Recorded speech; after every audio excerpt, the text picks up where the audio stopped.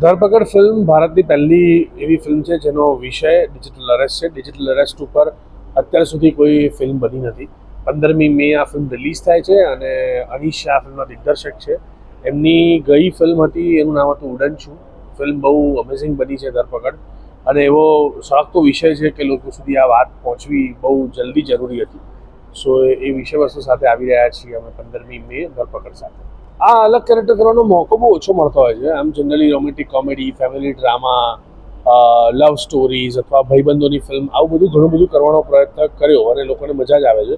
પણ આ વિષય એવો હતો કે જે મને થયું કે વિષયના પાર્ટ બનવું બહુ ઇમ્પોર્ટન્ટ છે. લોકો સુધી આ વિષય વસ્તુની વાત કરવી, આ ફિલ્મ કેવી રીતે લોકો સુધી પહોંચે, તો અમને થયું કે એવી જર્નીમાં અમે પણ સામેલ થઈ ગયા. અને મને પૂછવામાં આવ્યું ત્યારે મને મારું કેરેક્ટર બહુ ગમ્યું, બહુ ઇન્ટરેસ્ટિંગ લાગ્યું અને યુનિક ફિલ્મ લાગી. એટલે એમ થયું કે ચલો આ ફિલ્મનો પાર્ટ બનીએ. અને વાર્તા બહુ ગમી મને, એટલે આ ફિલ્મ કરીએ.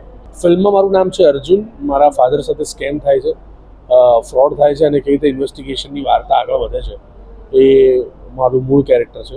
અને આમ તો મિડલ ક્લાસ ફેમિલીનો છોકરો કે જેણે આગળ જતાં કેવા કેવા પ્રશ્નો ભોગવવાના આવે છે.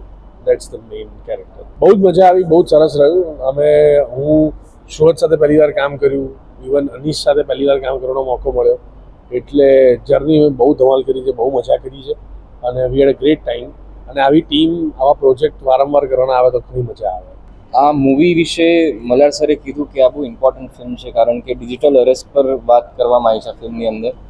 અને આ વિષય પર વાત થવી બહુ જરૂરી હતી, કારણ કે બહુ બધા લોકો સ્કેમ થઈ રહ્યા છે, સ્કેમર્સ દ્વારા બહુ બધા પૈસા આપી રહ્યા છે. અને આનો કોઈ ઉપાય નથી. એટલે આની એક જ વસ્તુ છે કે અવેરનેસ. તમે અવેર હશો તો તમે કદાચ તમારા પૈસા બચાવી શકશો. અને ઘણા બધા લોકોને નથી ખબર કે આવું કંઈક સ્કેમ અત્યારે છે માર્કેટમાં. તો આ ફિલ્મ દ્વારા આપણે બહુ બધા લોકો સુધી પહોંચી શકશું અને એ લોકોને ખબર પડશે કે ભાઈ આવા કોઈ સ્કેમર્સ ફોન કરે કે ભાઈ તમને ડિજિટલ અરેસ્ટ કર્યા છે, તો એ માન્ય જ નથી, એવું કોઈ લીગલ ટર્મ છે જ નહીં. અને સાથે સાથે ફિલ્મની અંદર બહુ બધા ઇમોશન છે. એટલે એક મિડલ ક્લાસ વ્યક્તિની વાત છે જે કદાચ આવી રીતે ભરાઈ જાય તો એમની લાઈફમાં શું શું થાય. એટલે બહુ બધી થ્રિલ છે ફિલ્મની અંદર, બહુ બધા ઇમોશન છે. અને આ બધી માથાકૂટમાંથી એક માણસ કઈ રીતે બહાર નીકળે છે એની વાર્તા છે. મારો રોલ સર એક મિત્રનો રોલ છે, જે રિયલ લાઈફમાં એક મિત્ર જે મિત્રની પડખે ઊભો હોય છે, એમ હું પણ આ ફિલ્મમાં સરની પડખે છું અને એમની મદદમાં છું. બસ મને એવું લાગે છે કે હું મિત્ર સ્પેશિયાલિસ્ટ છું, દરેકના મિત્ર બનું છું. પણ સબ્જેક્ટ ટોટલી અલગ છે. એટલે સબ્જેક્ટની જ સૌથી વધારે તો મજા છે, કારણ કે બંને ફિલ્મમાં કંઈક આપણે કહી રહ્યા છીએ ઓડિયન્સને, આપણે કંઈક વાત કરી રહ્યા છીએ.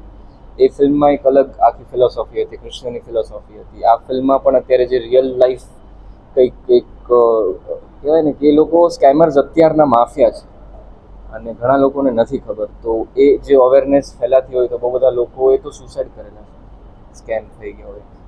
એટલે કારણ કે ખાલી અવેરનેસ નથી, એના કારણે જો તમે અવેર હશો તો તમારા પૈસા નહીં જાય, તમે બચી શકશો. તો એ જ ઇન્ટેન્શનથી આ ફિલ્મ બનાવી છે. અને ત્યારે એ જ ઇન્ટેન્શનથી અમે પ્રમોશન બી કરી રહ્યા છીએ કે વધારે ને વધારે લોકોને આ ફિલ્મ વિશે ખબર પડે ને એ લોકો ફિલ્મ જોવા જાય. લોકોને બસ એટલો જ સંદેશો છે કે તમે થોડુંક વાંચો ડિજિટલ અરેસ્ટ વિશે, આ જે સ્કેમ થઈ રહ્યા છે. કારણ કે એ લોકો આપણા કરતાં બહુ જ આગળ છે. કંઈક ને કંઈક અવનવા પ્રકારના સ્કેમ્સ માર્કેટમાં આવતા હોય છે. આનો એક જ તોડ છે કે તમે જેટલા અવેર હશો નવા સ્કેમથી, તમને જેટલી માહિતી હશે એનાથી તમે બચીને રહેશો. એટલે તમારી જાતને અપડેટેડ રાખો, વાંચતા રહો અને ડરો નહીં આ સ્કેમર્સથી, કારણ કે એ લોકો ખાલી આપણા ડરનો જ ઉપયોગ કરે છે, બીજું કંઈ નથી કરી રહ્યા. એટલે જેટલું બને એટલું જો તમે સતર્ક હશો તો તમે બચીને રહેશો.